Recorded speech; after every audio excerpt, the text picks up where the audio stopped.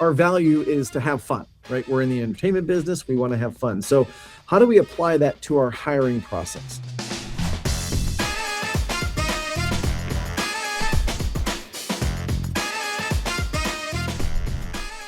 Hi, I'm Russ, and this is the Memory Makers Podcast, the show that helps you create amazing customer experiences and make more memories. All right, gang, I am having a little bit of nostalgia for our episode today. So the very first podcast that I was ever asked to be on was with our guest today, Mr. Matt Heller, the Performance Optimist. How are you, Matt? I'm great, Russ. How are you? I'm always better than I deserve, good sir. I'm very excited. It's been too long since we've had a chance to nerd out, and for those of you who have not come across either Matt's content or know of him, you are going to love what you get from Matt. He is the founder of Performance Optimist. He's also a speaker, an author, a coach. He and Josh Liebman do the Attraction Pros podcast, which is absolutely exceptional. And they cover everything from it's the entire spectrum. What goes into a good show? What goes into training? I mean, it is a wide spectrum of really groovy content, so be sure to check that out. And so Matt, I'm gonna start because in your bio that you have on your website, you say, speaker, author, coach, podcast host, friend, husband, dog dad, which I love, drummer, and coaster nerd. And so before we started recording, you were telling us a little bit about a trip. What got you into this niche fascination and obsession with roller coasters? Honestly, it was working at a park. In fact, I will tell you, up until I was about 16 years old, I wouldn't get on a roller coaster. I was deathly afraid. And I was in Tampa, I was in Florida with my family, and the girl I was seeing at the time, she was also in Florida with her family. We decided to meet up at Busch Gardens in Tampa, and she was getting ready to go on the Scorpion roller coaster, and she said, "Well, come on, wait in line with me." And I wanted to be a good boyfriend, so I got in line and got up to the front of the line. There was no chicken exit, so I had to get on the ride. I white knuckled all the way up, and as soon as we crested the hill, I knew I was, I was hooked. So after that, a couple years later, I actually got a job at Canopy Lake Park in New Hampshire and started getting really fascinated by the machinery and how they all worked. And then a couple of friends and I would go to Great Adventure in New Jersey, and we'd ride the Great American Scream Machine over and over and over again. And that's kind of where it started. I love it. And then to take that and then be one of the, if not the leading authority when it comes to coaching and training and developing rock solid staff and culture and all of that. And for you regular listeners, shocker that Matt and I get along well because it's a similar love language. But so talk to me about the journey then. How did that evolve from working in the trenches, one being a dutiful boyfriend, then working in the trenches, and then now to where you are today? Yeah, so it did start off as a ride operator at Canopy Lake Park, like I said, and then I kind of fell in love. I got the bug, if you will, of the industry, which we all know and love. Mm-hmm. Stayed in the industry, kind of worked my way up through the ranks there. Got to the position of assistant rides manager. Decided that I wanted to go experience something else, so I was able to find other positions around the country. I spent some time with Cedar Fair. Spent some time in Connecticut at a small family entertainment center. That all led to a position at Universal where I was the senior trainer of leadership development at Universal Orlando Resort. Did that for 8 years. And then really, again, kind of felt the pull to do something a little different and, get involved with the larger industry. I had been speaking at IAAPA for a number of years, and people kept coming up to me while I was working at Universal and speaking at IAAPA, and they would say, we need training like this at our facility. Maybe they're a smaller facility. They didn't have a large HR staff. And so I started to see that there's an opportunity. And in 2011, I decided I stepped away from Universal, started my own company, hung up my shingle, as they used to say, and have been doing that ever since. So now what I get to do is work with leaders all across the attractions industry, from amusement parks and theme parks and zoos and aquariums and family entertainment centers, just really making sure they have the right tools and resources to be successful. Yeah. Well, and it's one of those I am always struck by, and I have to remember not to take for granted of, gosh, if we could only get this out of our team, or we want this to look like this, but it is curating that on a daily basis, and it is gardening and not hunting of, okay, yes, you need to be able to hire the right people, right. And develop ways of really getting people who are going to be, a natural inclination towards what your culture is, but you also can train and reinforce that, and really steward what that's going to be. And so that's what I'm excited for us to dive in a little bit. And I'd love to start with the hiring prospect, right? Because the hiring piece, it's like, I just went through this recently where we added a person to the sales team. And, and I've talked with people about, okay, well, what's your process look like? What are you trying to look for? And depending on the position and all of that good stuff. But it can still feel burdensome just because and at least in my perspective, I feel it's burdensome from, there's a heavy responsibility with this. If we're going to bring somebody on, we want it to be a good fit. We know that it's expensive, but also we want to protect what we've been working so hard towards. So when it comes to hiring, when everyone wants to hire great people, what qualities do you actually look for that are not going to be found on the resume, as part of that hiring process? Yeah, I look a lot for like curiosity. I look for people who are genuinely interested in the role and have some sort of background interest in it. You don't need a enthusiast, right? That'd be great, but somebody that actually knows a little bit about the product is great. Again, the curiosity. I also look for people with a point of view, because when they're coming in with a point of view, and even a 14-year-old, a 15-year-old, they can have a point of view about school or band practice, or their soccer practice or whatever it might be. Sure. They're going to have something to say. They're going to have some level of responsibility in the in their own experience, and I think that's really critical. Now, there are a lot of people who are young and they don't have a lot of experience and they're very shy, and they can still be productive, a productive part of the team, given that they are, to your point, given the right stewardship, and that they're watered, Yes. we plant the right seeds, and we are able to steward them into the right roles. But to your point, that does take time, and I think that's one of the things that can scare away some leaders, is the time that it takes to create this great team member. And when you sent me those questions and I saw people want to hire great people, we have to remember that we can't think about hiring a person that's got the experience of being with us for 10 years already. Right? We're going to make a hiring decision, and it might not go well. And so then we have to think about, okay, what's the process? If we find, once we get that person on board, that they're just not a right fit, then it's in everybody's best interest to say, we're going to let you pursue other opportunities, because this is just clearly not working out. And that's okay. Not everybody is cut out to work in the entertainment business. Not everybody is cut out to be a leader. Not everybody is cut out to host a podcast.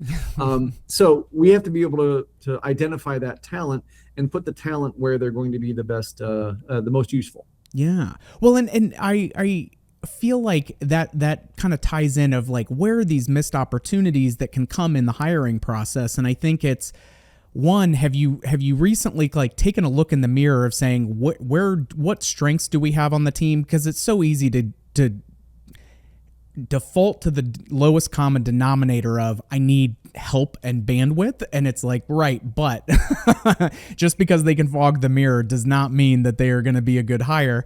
And so from a defining, I think, what do we really need added to the team, especially if it's in the upper levels, but even on the front line. And to your point of, we want people that are curious and kind and that can, find ways to relate in whatever form that looks like, because they need to be able to connect with the people that we're serving. Are there missed opportunities that you see when you're working with a client or things? Is that something that's common, where they're not maybe being as intentional or specific around what they should be looking for, or what they actually need, or even just the process that they go about in meeting with candidates, and what do they have them do to discover those types of traits? Honestly, Russ, the thing you just said, I think is something that some facilities are overlooking, and that's actually meeting with the candidates, because Mm-hmm. especially with frontline team members, some of that has, kind of gone over to the phone, right? And people can apply by text and things of that nature. And if people are applying by text and they're maybe even getting hired that way, and maybe there's even a tertiary kind of interview, like, we're interviewing people for the most part who are going to be talking to other human beings. So that, in my opinion, needs to be part of the interview process. So, I understand the efficiency that, applying and hiring by text can bring, but I also recognize that we're probably not hiring the right people, and we're probably overlooking some of the right, or the wrong people, I guess I should say, right? Mm-hmm. When I think about applicant tracking systems, when I think about people that, may not have the right keywords on their resume, and it gets spit out of the system and they never get a chance. To me, this goes back to when, it's a long time ago, but when we had dress code standards where you couldn't have a visible tattoo. Mm-hmm. Well, I've met lots of people with visible tattoos that are amazing service providers, that are amazing leaders. To your point, they're amazingly kind and curious, but they happen to have some ink that's showing. Big deal, right? Mm-hmm. Well, a long time ago, that was a big deal. But we were probably, you know, eliminating some really great staff members just because of that one criteria. And I think sometimes we do that now, looking at the efficiency of electronic hiring, where we're not putting that person in front of us. We're not, assessing how they interact with another human being. And that, if that's not part of the process for someone that's going to be interacting with another human being, to me, that's a huge miss. Yeah. Well, and I think that it's even beyond the, okay, hey, we're trying to move quickly and all of that, but twice the speed a lot of times can create 3 times the work if you're not doing it, with the right due diligence. And so being able to see, okay, how are you showing up? How are you composing yourself? Seeing body language, all of these types of things. But it's also, and whether it's a younger person who is having Gemini help them with a resume, or maybe mom's helping with some of these application questions, like, okay, that's not bad, but I need to get a sense of where your actual baseline is. And there's only so much that a resume is going to be able to tell me. And so I think that especially in our industry, it's still very important to do that. Now, even past the point of kind of collecting resumes and things like that for applications, do you have, like, I've seen some locations that will have like group auditions of, hey, we've got 2 of these positions, but we're going to have 15 people come in, and we're going to have activities or different things that we're going to put them through to, one, be able to notice how comfortable are they going through that? What's their natural, thing? Because that helps, even if it's a 10-minute phone call, beyond just the text application. It's hard for me to get past the buzzwords and the high level surface, kind of level stuff.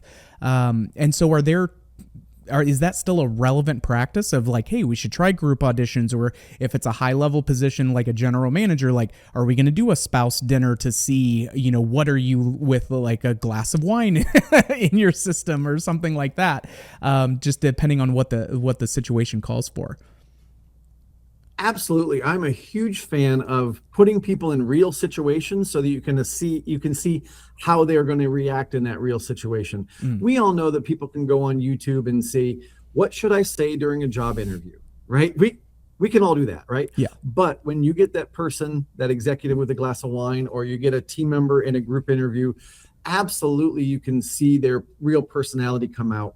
It's funny because just yesterday I was on a call and we were kind of debating the virtues of a group interview. And some people were saying, I really don't like it because it puts people on the spot. And somebody else said, but I really like it because it puts people on the spot and it brings out their true personality. And I think for me, those group interviews really come down to how you set them up. Right. Mm-hmm. And are you setting them up as a collaborative experience where everybody gets the chance to kind of play, or are you doing it where you've kind of already made up your mind on who that candidate is, and everything that you do kind of skews to that one person? Like, that's not really fair to the group. Also, I'll tell you a quick story about how I got one of my jobs. I was interviewing for a general manager position in Connecticut. And so I flew into New York, and the owner and I drove up from New York up to Connecticut. And I had never been in the facility before. And he said, I've got a couple of quick calls to make. So I'm going to do that in the office. He said, take a look around, come find me in about 15 minutes. So I come back, and the first thing he asked me was, what did you see? And I said, well, I saw some duct tape on a game. I saw some lights out over here. I saw these team members were smiling. These team members weren't. I said, there's dirt over here. The restrooms look good, and I kind of went through the whole thing.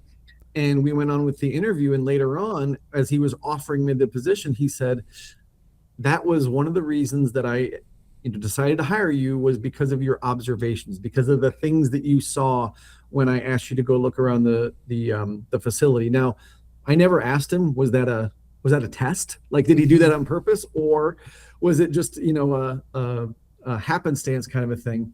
But I do think if you can get people out of the kind of the thought process of being in an interview and find out who they are as a human being, the better off you are. Even if it's as something as simple as walking around your facility.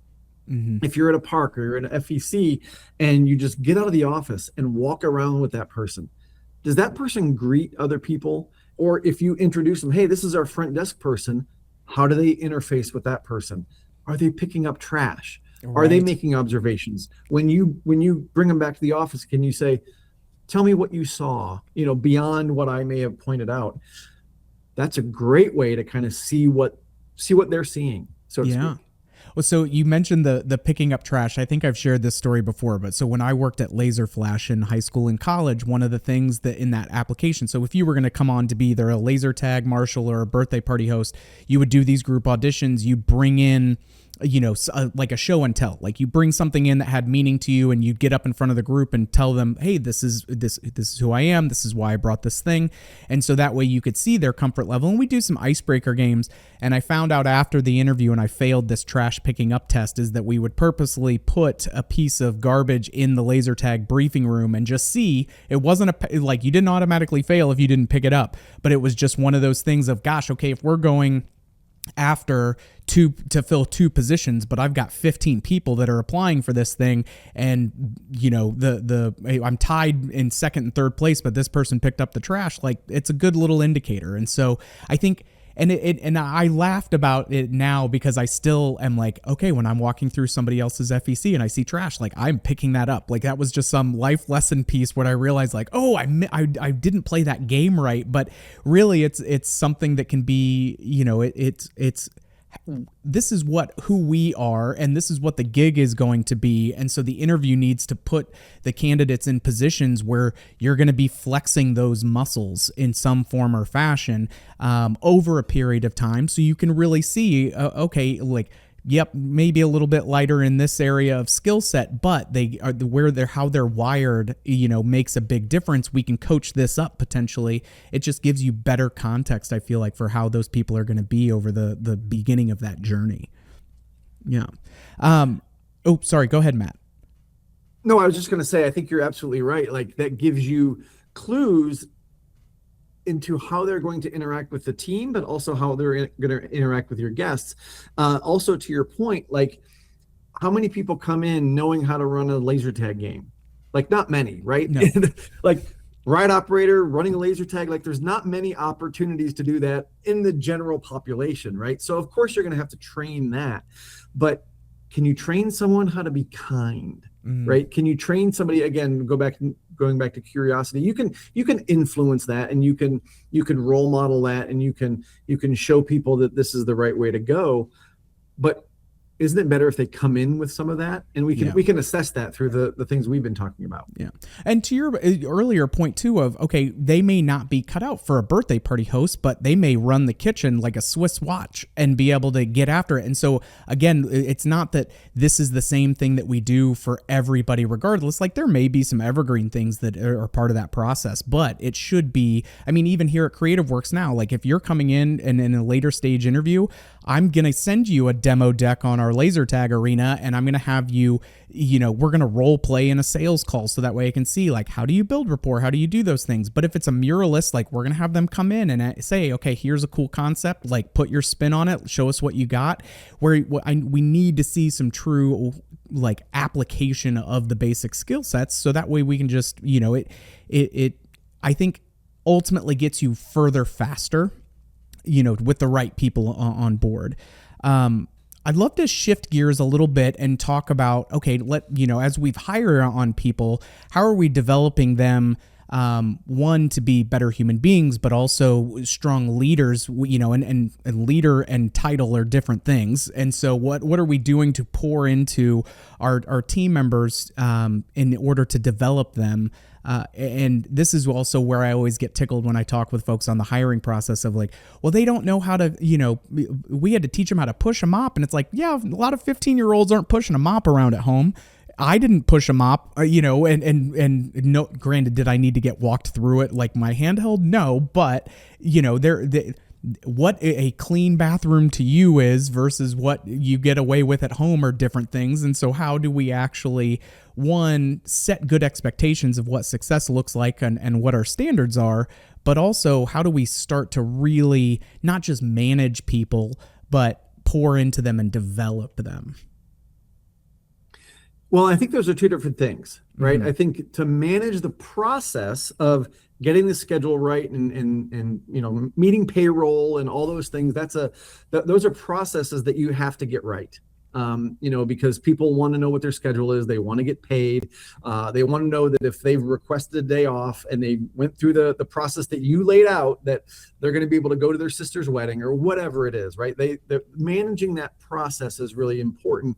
But then also, as you talk about kind of pouring into them and finding those people that may want to move into a leadership role, how do you then develop those leadership skills? How do you provide opportunities for people to extend their responsibility? One of the things that I know I've seen done and I've done before is, and it's a relatively low impact technique, is, for example, running a morning meeting. At a lot of different places, we'll have a meeting just before everything starts, gather the team together, a quick either rah-rah or information. And if you've got somebody that you want to develop their skills, let them know, hey, next Friday, I want you to run the morning meeting. So what does that mean? What does that look like? Okay, well, we need an agenda. What do you think we should talk about? Okay, we're going to talk about guest service. Wonderful. What about guest service do you want to talk about? Well, I think we should talk about how to greet people when they come in. Wonderful. Perfect. So what tips do you have? And just kind of walk through that whole process so that they feel comfortable and confident when they get up in front of that group and say, okay, I'm running the meeting. This is what I want to talk about. This is how it's going to go. And then at the end or sometime after that meeting, debriefing with them and saying, what do you think went well? What didn't go so well? What can we, do better in the future?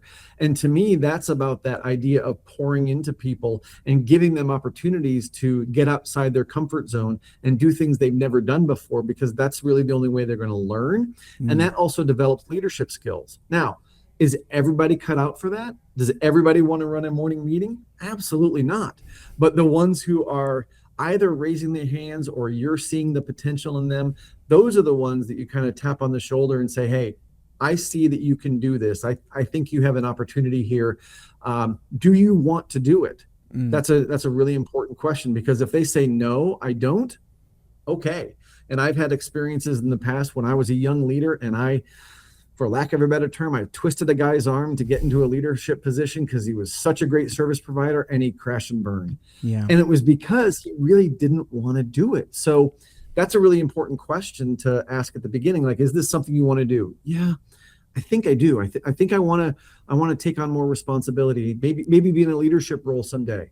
Okay, here's how we do it. We get you outside your comfort zone. We get you trying some new things.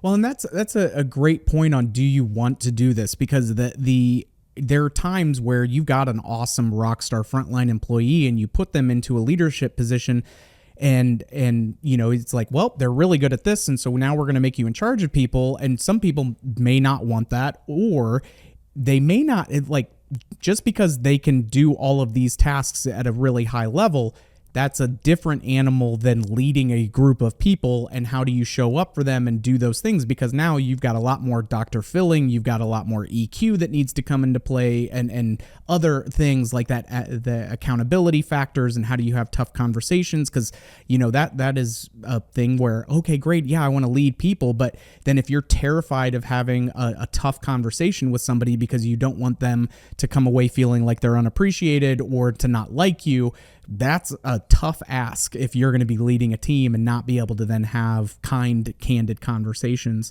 around some of that. So are there other things like that you've noticed why different frontline employees can be really great at this, but then maybe fall short as a leadership, whether it's an internal thing, or are we as a company not necessarily setting them up for success the right way?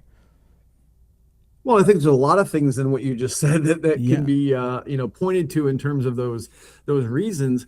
I do think that there are people that are great service providers and think that skill of serving others can translate into leadership, and sometimes it can, but sometimes it can't, right? And so we have to have the conversation ahead of time of, what does it really mean to you to serve others?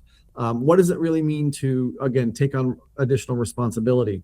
I also do think that, to your point about the company setting them up for success, and this probably still happens, but when, I was first put in a leadership role, I was handed a set of keys, given a radio, and they said, go, you're now the leader. I'm like, Yeah. Okay, now what do I do? Right. I had no idea what I was doing.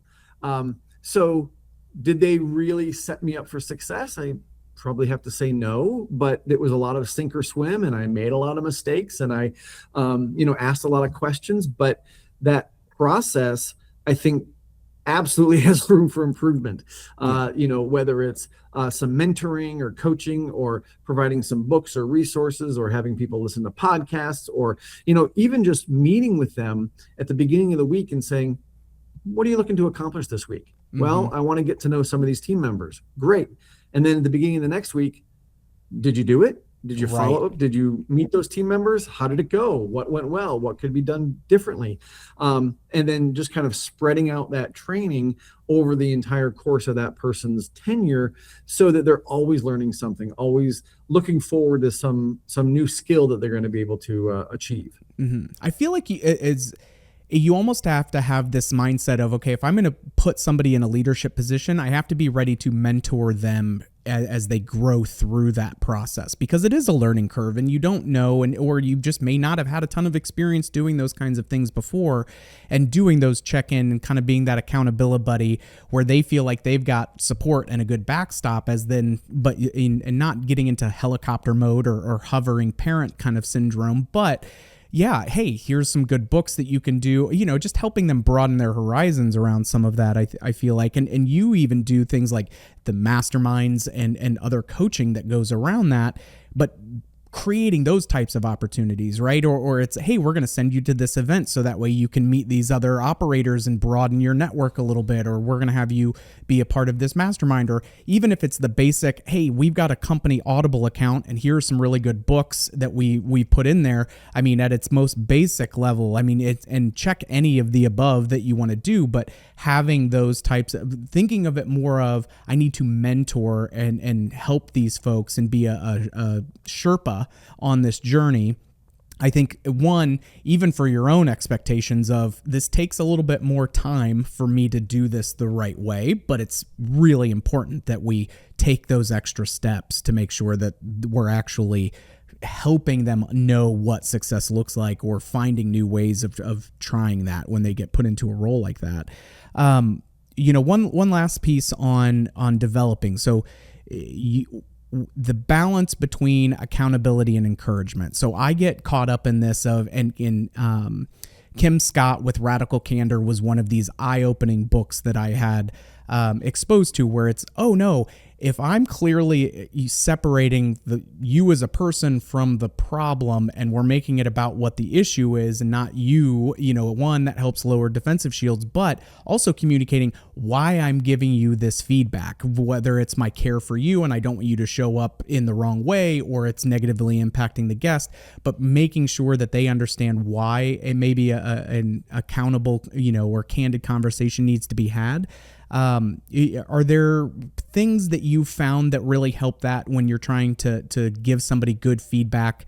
And what do you see typically, hey, this is a good solid starting point when we need to have these kinds of tougher conversations? Well, first of all, I'm going to steal the term accountability buddy. I love Okay. that. Um, It's not mine. Second of I all, stole it from somebody else. So open that's okay. source. We steal the best stuff. Um, I first of all, I think it's how I look at accountability and how I try to teach other people about accountability, because to me, it's not just about correcting the wrong. A lot of times we'll hear that people say, "Well, we got to hold them accountable to our standards." Yes, we do, and sometimes that will incur a conversation that we're not looking forward to have. But when you look at the definition of accountability, it's really about understanding the results of your own actions, right? That can be positive. So you mentioned encouraging. I think you can put encouraging and the positive part of accountability in the same sentence. Mm. So, for example, if I am a team member and you want to help me understand the outcome or the output or the results of my own actions, if it's a bad thing I've done, then it's a conversation that, again, we may not want to have, but we need to have. If it's a positive thing, then it could be recognition, it could be encouragement. I could still be seeing the outcome of my action, but in a positive way, right? So one of the things that I've definitely tried to get people to understand is that there's things that you want to learn from, things that maybe you've made a mistake, but things that it's okay for you to be proud of. It's okay to be proud of the fact that you did something positive to help somebody else. And you're still seeing the output of your own actions. And to me, again, that comes back to accountability. Mm. I will also say that, I think you mentioned tough conversations. I know people call them difficult conversations. And I used to teach classes called difficult conversations, and I saw people tense up, when they would hear that term, and they Yeah. were like, "Oh no, I don't want to do this."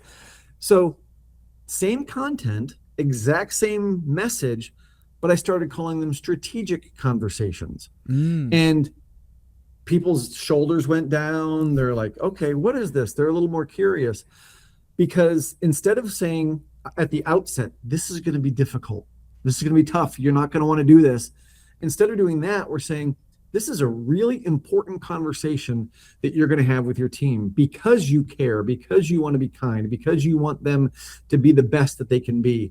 And again, when you look at accountability, that strategic conversation is either going to be something where we're going to be talking about something where you haven't met the standard, or we could also be talking about, from a strategic standpoint, how you have met the standard. Maybe you've gone above the standard, and now we're looking at having you take on more responsibility. So Mm-hmm. going back to our conversation about the person taking on that morning meeting, that's also a strategic conversation that you're having with them.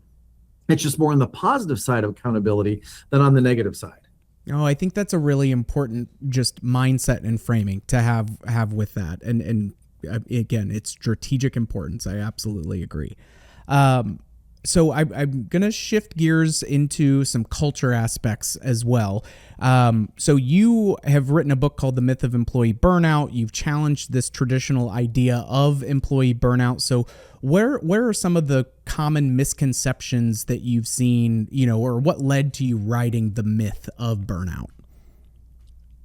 So it actually has to do with the word myth, because the myth is a false popular belief. You can tell I'm a definition guy. I like to look up Yeah. definitions.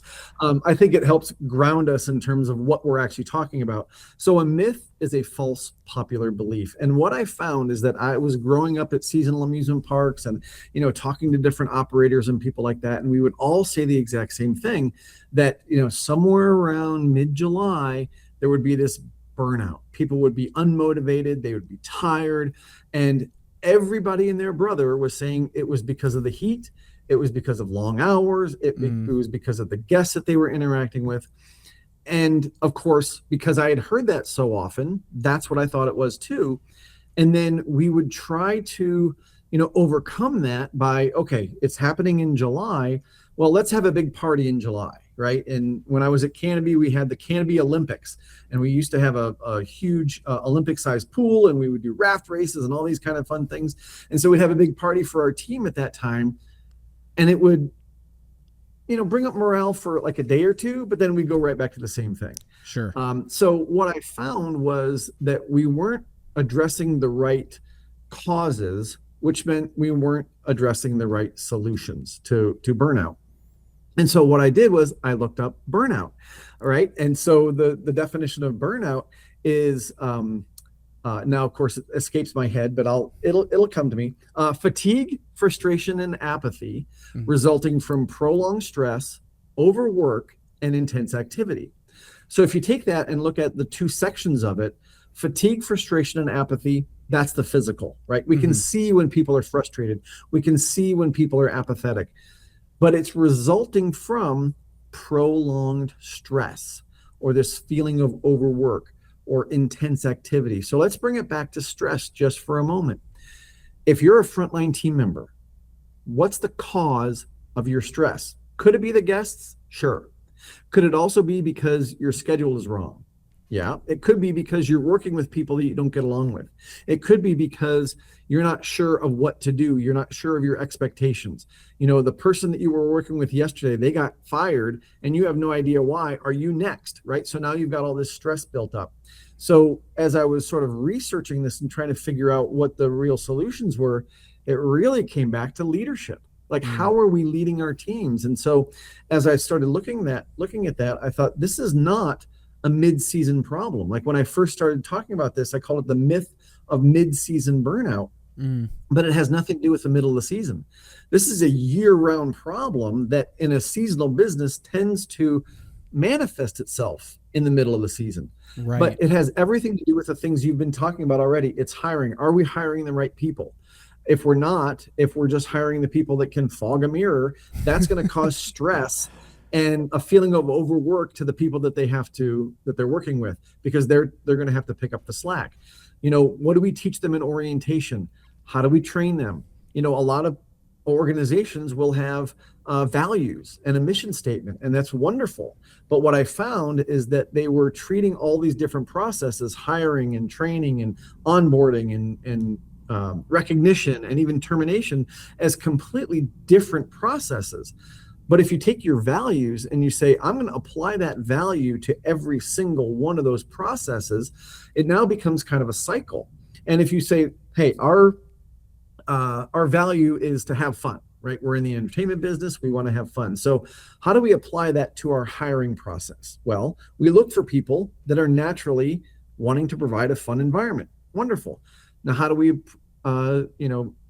bring that into our training process? Well, we got to make our training fun, right? How do we bring that into recognition? Well, you're recognized when you're providing a fun experience.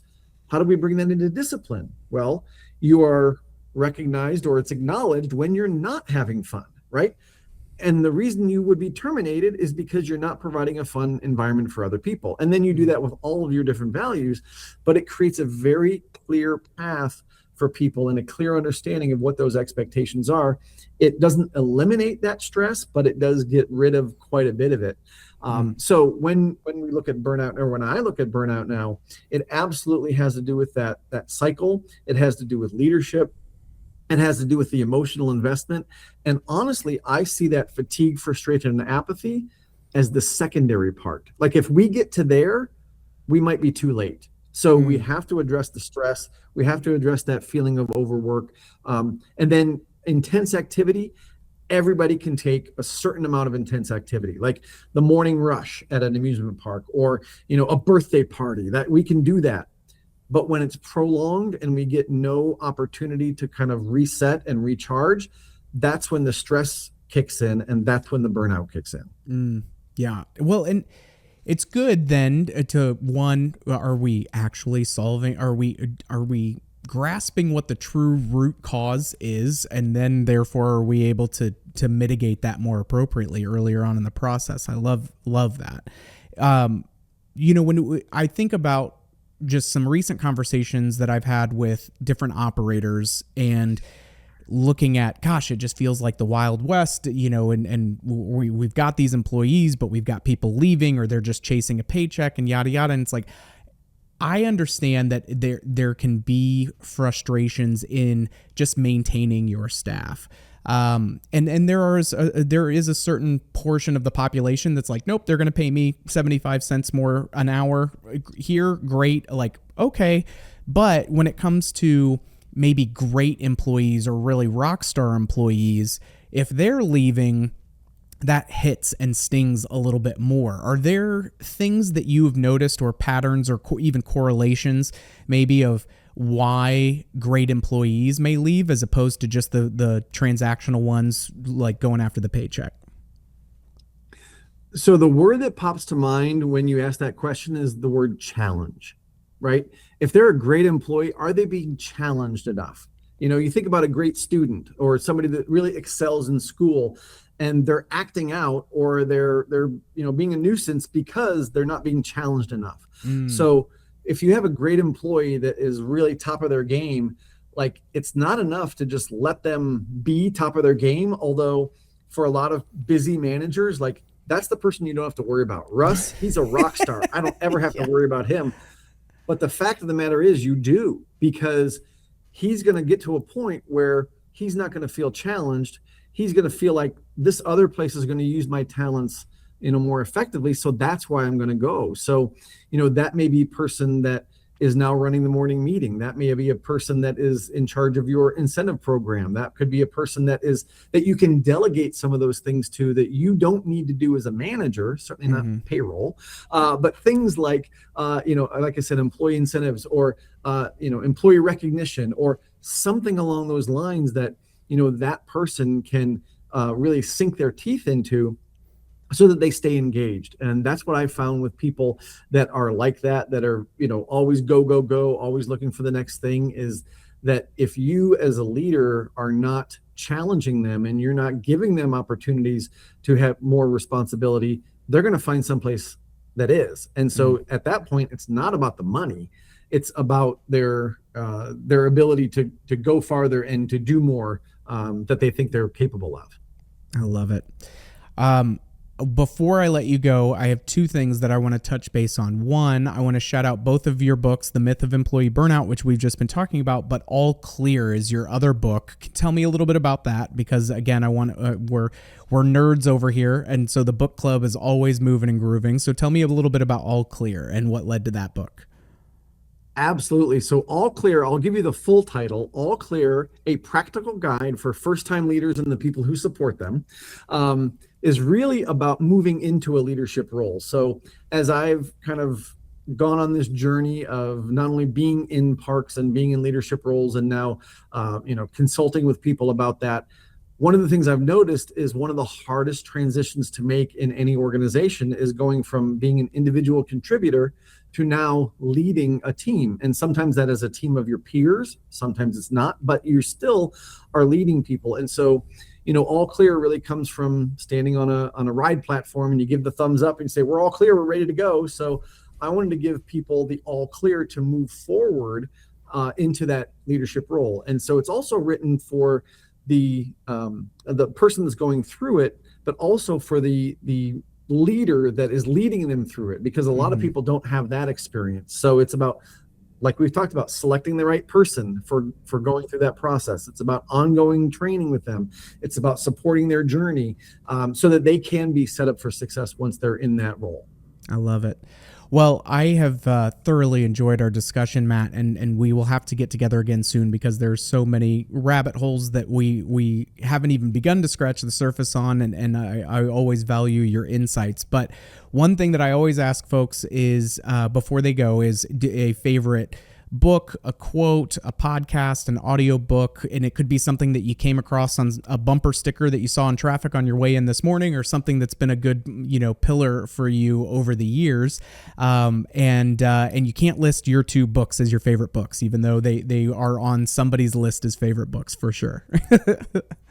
I appreciate that criteria. No, I'm actually going to share a podcast that has nothing to do with leadership or the industry, and I'll tell you why. So I am a New England Patriots fan. I know Okay. that might be hard to hear for people from Indianapolis, but It's okay. We respect Tom Brady's ability. We just don't like it. So I understand that. I understand that. So I'm a New England Patriots fan, and there's a podcast that is by some of the journalists in the Boston area. It's called Patriots Unfiltered, okay. and I mean, I love football. I like the Patriots, but what I like most about this podcast is it's 5 or 6 guys, sometimes girls, different cast of characters, but it feels like I'm just in the room with people that I would normally hang out with. So a couple of them are of my age. So there's Seinfeld references, there's movie references that I get, things like that. So I enjoy hearing their insights on football, but it's a year-round podcast. So there's episodes during the off season as well that are just super fun to listen to. And like I said, I just feel like I'm just a guy hanging out with friends. Yeah. And the reason I bring that up is because with all of the available content that we have, Memory Makers being a great example of that, there is so much that we could be doing that I think sometimes we get caught up in all the things that maybe we think we should be doing when really we could be taking some time away, right? And thinking about taking a break. So I typically listen to that podcast when I'm walking my dog. So walking my dog, listening to that podcast, totally disconnecting from everything. And it's just a great way. I walk him in the morning, walk him once in the afternoon, to kind of start the day, just kind of refresh everything at the end of the day, just kind of let everything go from the day, start fresh the next day. So that's what I'm going to share is my podcast choice, something completely unrelated to leadership in the industry, but just a great way to escape.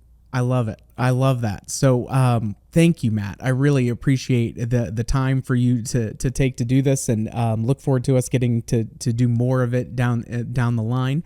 And thank you all for joining us on this episode. If there are ideas or content or topics that you want to make sure that you see in future episodes, hit us up on social media. We'll be sure to get that into the rotation. If you like what you heard today, we always appreciate that 5 stars. Please and thank you if we've earned it. And be sure to check out and get the weekly episodes. You can go and check out previous ones that we've done, but you can get it wherever you get your podcasts. And shout out as always to Mikey Mike working the 1s and 2s on the Ultranet for us here. And we'll catch you on the next one, Troublemakers.